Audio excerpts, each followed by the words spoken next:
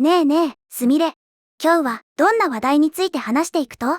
葵、今日はね、幻となってしまったスター・ウォーズの未発表映画の話題についてよ。現在、アカデミー賞受賞監督のスティーブン・ソダーバーグが制作中止となったアダム・ドライバー主演の未発表、スター・ウォーズ映画、ザ・ハント4、ベン・ソロについて新たな内幕を明かしたことで、世界中のファンの間で大激論が巻き起こっているの。今日はアダム・ドライバーたちが2年半もかけて準備した幻の映画の全貌、そしてディズニー経営陣と制作現場の間に合った深い溝について徹底的に解説していくよ。スター・ウォーズの新しい映画が作られとったのに途中で中止になったってことと、しかもカイロ連役のアダム・ドライバーが主役やん。めっちゃ面白そうやのになんで潰されたん？馬力になるばい。そこが今回のニュースの最大の問題点なんだよ。米メディアのブクマグのインタビューでスティーブン・ソダーバーグ監督がこの作品がディズニーによって突然中止された経緯を振り返って誰もがフラストレーションを感じていたと語っているの。フラストレーションって相当現場に不満が溜まっとったってことやんね。そもそもそのザ・ハント4、ベン・ソロでどんなお話になる予定やったと？この作品はね、スター・ウォーズ、スカイウォーカーの夜明けの後を描く続編として企画されていたんだよ。そして、カイロレン、つまり、ベンソロ役のアダム・ドライバーの復帰が予定されていたの。ちょっと待って。スカイウォーカーの夜明けの最後って、ベンソロは、レイを助けるために、命を落としたんやなかったっけ？彼が主人公ってことは、生きてたってこと？それとも、幽霊みたいに、フォースゴーストとして出てくる予定やったと？葵の言う通りだよ。まさに、そこが、物語の核心になるはずだったの。タイトルが、ザ・ハント4、ベンソロ。直訳すると、ベン・ソロの創作だから、彼がどうやって生き延びたのか、あるいは彼を探し出すための壮大なストーリーが展開される予定だったはずなんだよ。なるほどね。死んだと思われとったキャラクターが、実は生きとって、それを探しに行くストーリーなんて、ファンからしたら、胸熱すぎる展開やん。なんで、それがボツになったんか、全く理解できんばい。本当に残念だよ。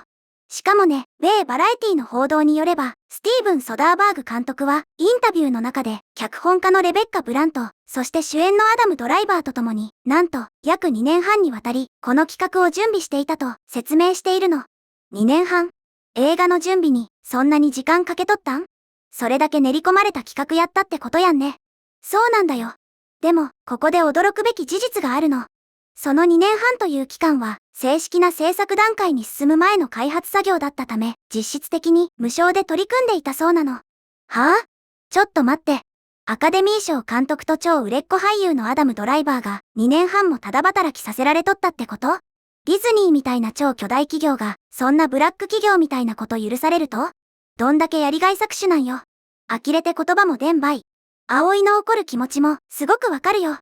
正式な契約を結ぶ前の開発期間とはいえ、彼らのようなトップクリエイターがそれだけの時間を投資したというのは、それだけこの物語を絶対に世に出したいという強い情熱があった証拠だと思うの。それだけ熱意を込めて無償で頑張ったとに結局ボツにされたら、そりゃフラストレーションも爆発するばい。で、なんでディズニーは中止にしたと？2年半もかけといて、まさかやっぱりやめたとか軽い理由じゃないやろうね。最終的にディズニー側から提示された中止理由はね、ベン・ソロが生存している設定に説得力を見出せないというものだったとされているの。はい？説得力を見出せない？いや、ちょっと待って。スター・ウォーズって今まで真っ二つに切られて谷底に落ちたダース・モールが下半身サイボーグになって生き返ったり、死んだはずのパルパティーン皇帝が実は生きてました。でクローン技術とかで復活したりしとるやん。今更、ベン・ソロ一人が生き延びたくらいで、説得力がない、でどの口が言っとると？過去の自分たちの映画の設定を完全に棚に上げとるやん。葵、ものすごく鋭い指摘だよ。競合の記事でも、なかなか、そこまではっきりとは突っ込んでいないけれど、まさに、ファンが一番違和感を覚えているのはそこなんだよ。パルパティーンの復活が許された世界線で、なぜ、ベン・ソロの生存だけが説得力不足とされるのか、疑問が残るよね。ほんとそれ。明らかに言い訳にしか聞こえんばい。監督は、それに対してなんて言っとると？スティーブン・ソダーバーグ監督はね、理由について推測することはできないが、私たちが知らされているのはそれだけだ、と語っていて、チーム全体が激しく落胆していたことを明かしているの。そりゃ、落ち込むばい。自分たちが心血注いだ企画が、そんな薄っぺらい理由で切り捨てられたら、人間不信になるレベルやん。さらに恐ろしいのはね、スティーブン・ソダーバーグ監督は、通常行われるはずの制作検討プロセスが存在しなかったことにも驚きを示しているの。制作検討プロセスって何のこと？映画を作る前にはね、この映画を作るのに制作費はいくらかかるのか、どういうスケジュールで進めるのかといった実務的な会議を絶対に行うんだよ。監督は話し合いは当然制作費はいくらかという実務的なものになると思っていた。こちらには明確な答えも用意していた。しかしそこまで話が進むことすらなかった。信じがたいことだと語っているの。お金の話すら聞いてもらえんかったってこと？それって、つまり、最初から企画を通す気が全くなくて、門前払いされたってことやん。現場の努力をなんやと思っとると？ディズニーのお偉いさんたちは、クリエイターへのリスペクトが完全に欠けとる場合。そう言いたくなる状況だよね。監督は、すでに頭の中で映画を完全に完成させていたと言い、観客がそれを見る機会を失ったのが残念だと、すごく悲しそうに語っているんだよ。頭の中では完成しとったとに、ファンとしても、その幻の完成形、めちゃくちゃ見たかった場合。で、ここで、みんなにお願いがあるの。もし、この動画が面白いなって思ったら、ぜひ、チャンネル登録と、グッドボタン、高評価を押してね。みんなの応援が、うちらのモチベーションになるけんね。チャンネル登録もグッドボタンも、両方頼むばい。で、すみれ。この企画っていつから動いとったと？全然ニュースになってなかったやん。この企画の存在自体が世に出たのは2025年10月にアダム・ドライバー本人が AP 通信のインタビューで初めて明かしたものだったの。彼は実は2021年頃から続編出演について話し合いを続けていたと説明しているんだよ。2021年から？ってことはスカイウォーカーの夜明けが公開されてちょっと落ち着いた頃にはもう次のプロジェクトに向けて動き出しとったってことやね。アダム・ドライバーも相当カイロ・レンって役に思い入れがあったんやろね。その通りだよ。彼はインタビューで優れた監督と素晴らしい物語があるならすぐにでも戻りたいと思っていた。あのキャラクターを演じるのが本当に好きだったと語っているの。ストイックで演技派のアダム・ドライバーがそこまで言うなんて相当魅力的な台本やったんやろうね。そうなの。アダム・ドライバーは今回の脚本をスター・ウォーズがあるべき姿の基準とまで高く評価していたんだよ。そして初期の名作であるスター・ウォーズ帝国の逆襲のような手作り感とキャラクター重視の作風だったと語っているの。おう、帝国の逆襲みたいな手作り感。最近の CG ばっかりでピカピカした映画より、そういう実物大のセットとかパペットを使ったような泥臭い質感の方がスター・ウォーズらしくて絶対かっこいいばい。それで、キャラクターの心情を深く描くって、完全に名作の匂いしかせんやん。本当にそうだよね。俳優が、スター・ウォーズがあるべき姿の基準とまで絶賛する脚本なんて、めったにお目にかかれないものだよ。それなのになぜ、ディズニーはゴーサインを出さなかったのか。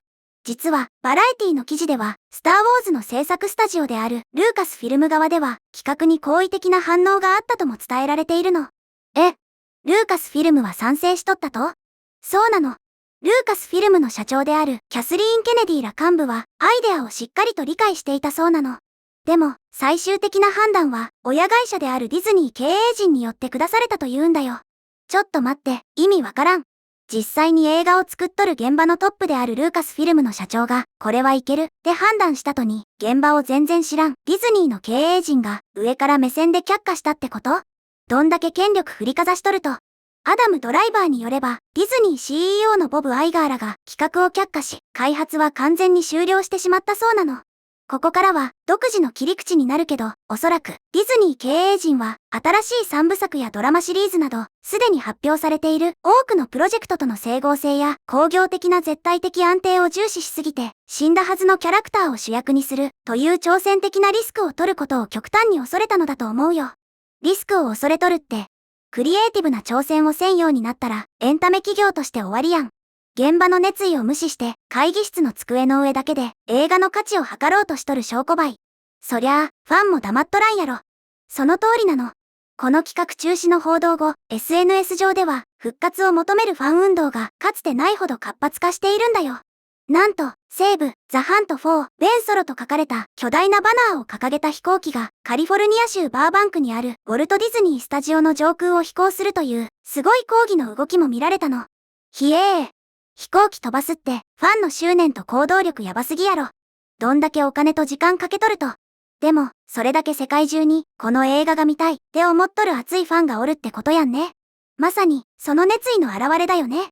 このファンの運動に対して、続編3部作で、主人公のレイを演じたデイジー・リドリーも反応していて、ファンの動きを歓迎しているの。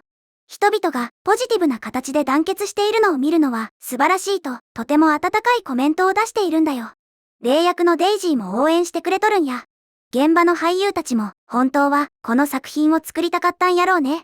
ネットのみんなは、どんな反応しとると？